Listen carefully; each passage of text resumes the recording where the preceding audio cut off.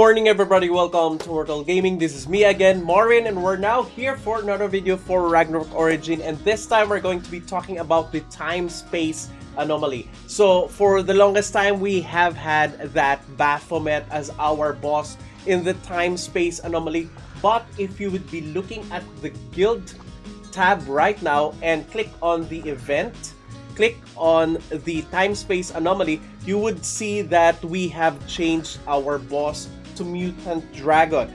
And, accordingly, they have to change the stats too. So it is now Dragon, Earth, and Large. So as of now, we are going to be, giving out tips on how to increase your DPS or damage to the time-space anomaly boss, because this is one of the most important guild activities, since it drops a lot of loots for the guild auction. So if you want your guild to be better at this part of the game, then this guide is for you. The first thing that you have to consider, as what I've mentioned, is the stats of the boss, and the boss now is Dragon, Earth, Large. So you would have to find cards that would be increasing or modifying the damage to the boss. So that would be Minorus card or Minorus Illusion card for this one.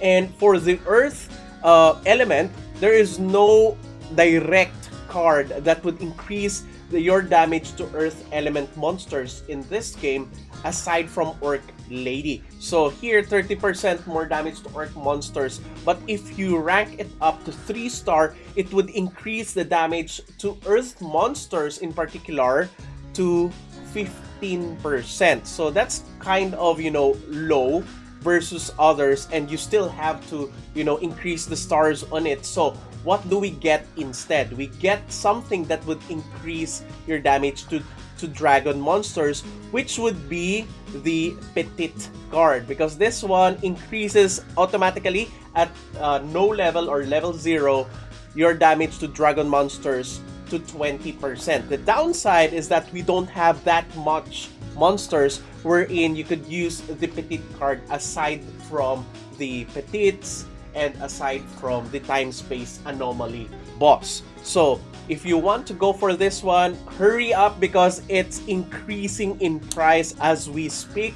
The good thing about the Orc Lady card is when you increase the stars on it, it would be used on other monsters such as Maya, such as other, normal grind monsters. But the downside is it's going to be expensive for most of the people. But as compared with the Petite card, it's 20% for 80,000 Zenith. So you can go for both if you don't have the Minorus card, because the Minorus Illusion card is just 8% increase in damage.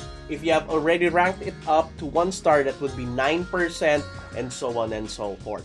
Okay, so that's the first one. The second one is party buffs. So every time that it's going to happen, the time-space anomaly, you should be finding a blessing. So aside from that, for most of the DPS out there, a Whitesmith is going to be useful. So find yourself a party wherein there's a Whitesmith or a Mastersmith to increase your damage and to neglect the size differences penalty from your character. So that's the second one. The third one is the Imperium buff. Of course, don't forget the Imperium buff. Number 4, the right food buffs. Not only for you, but also for your pets, because you fight together with your pet in this instance. So the right food for you and the right food for your pet, it would be this one. Just in case you still don't know, okay, we have a pet grocery store here. There is a curry rice here that increases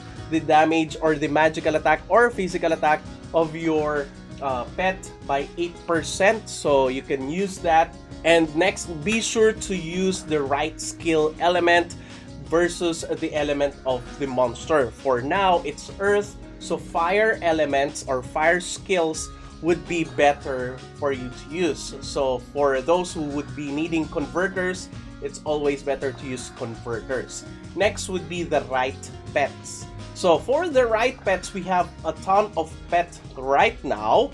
but there would be, you know, certain pets that would increase your DPS by a lot. The first one would be the buffers. The buffers being the Munak.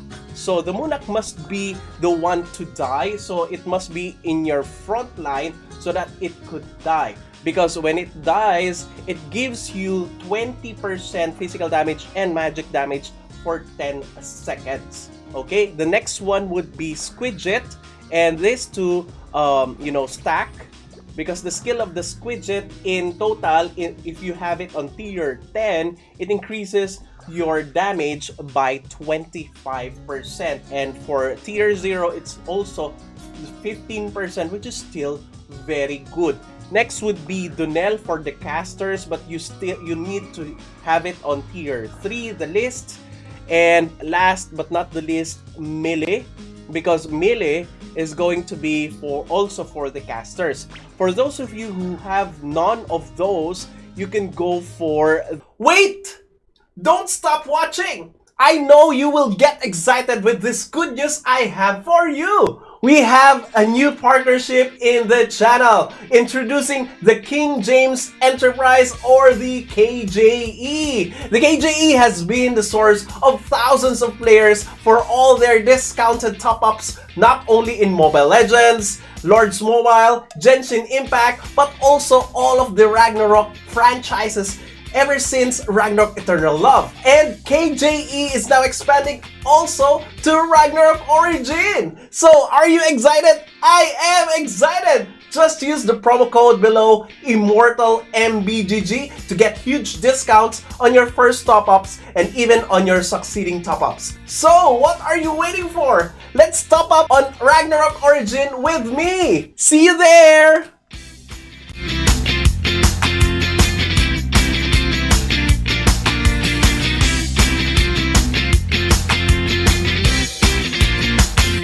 For those of you who have none of those, you can go for the Divination Cat, because everyone gets Divination Cat when you have already unlocked higher floors in the Alpine.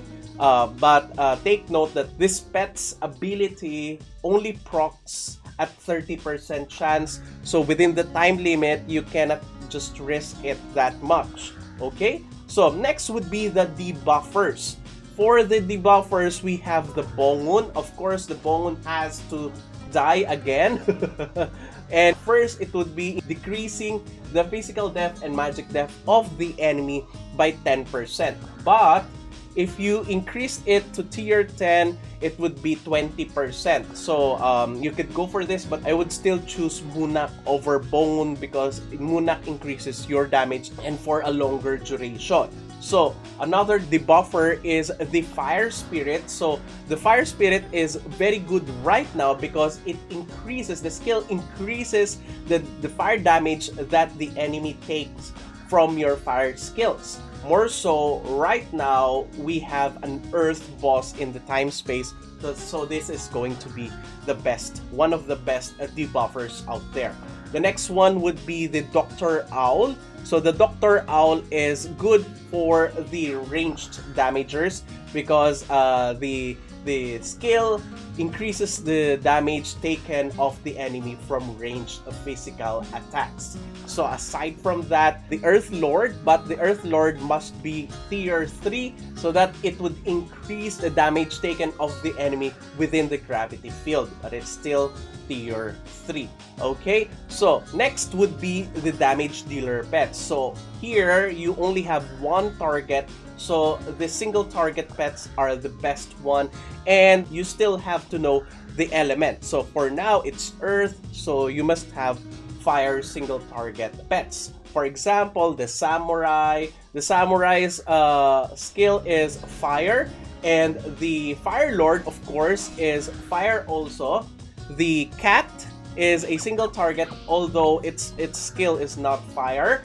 The marionette is really a good tier B pet for the single target skill, so it's still going to be very much useful if you don't have any of the aforementioned pets.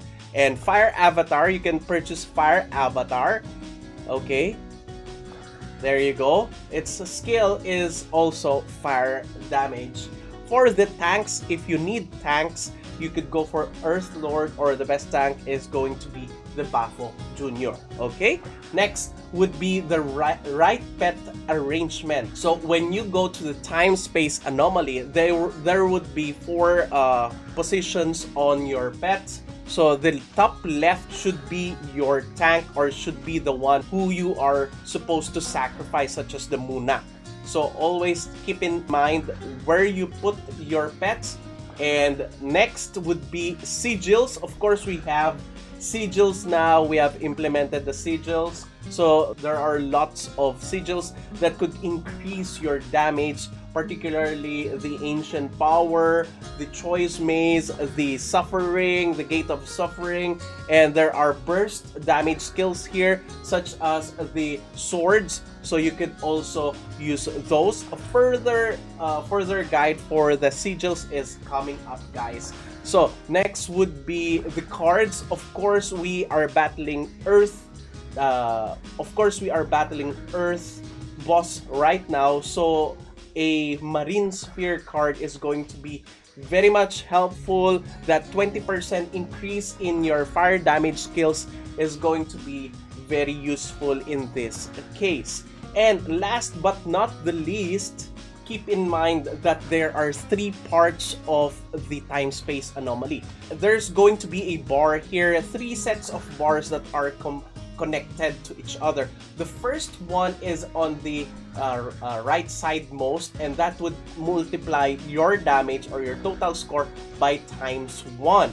The mid part would be increasing your damage to ×2, and the last part would be increasing your damage to ×3. So there's a ×1 multiplier, ×2 multiplier, and ×3 multiplier. So take note that you should only enter the time-space anomaly once on the ×1. Then you have to wait for the bar to reach the ×2, then you go for the second round.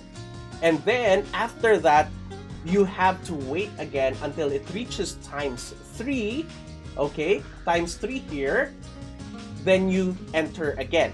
And before the time runs out, you can enter for the last time as with a ×3 multiplier. So that increases the damage by a lot and your score by a lot. So take note of that. All right, so that's it. I wish you good luck to the time-space anomaly of your guilds.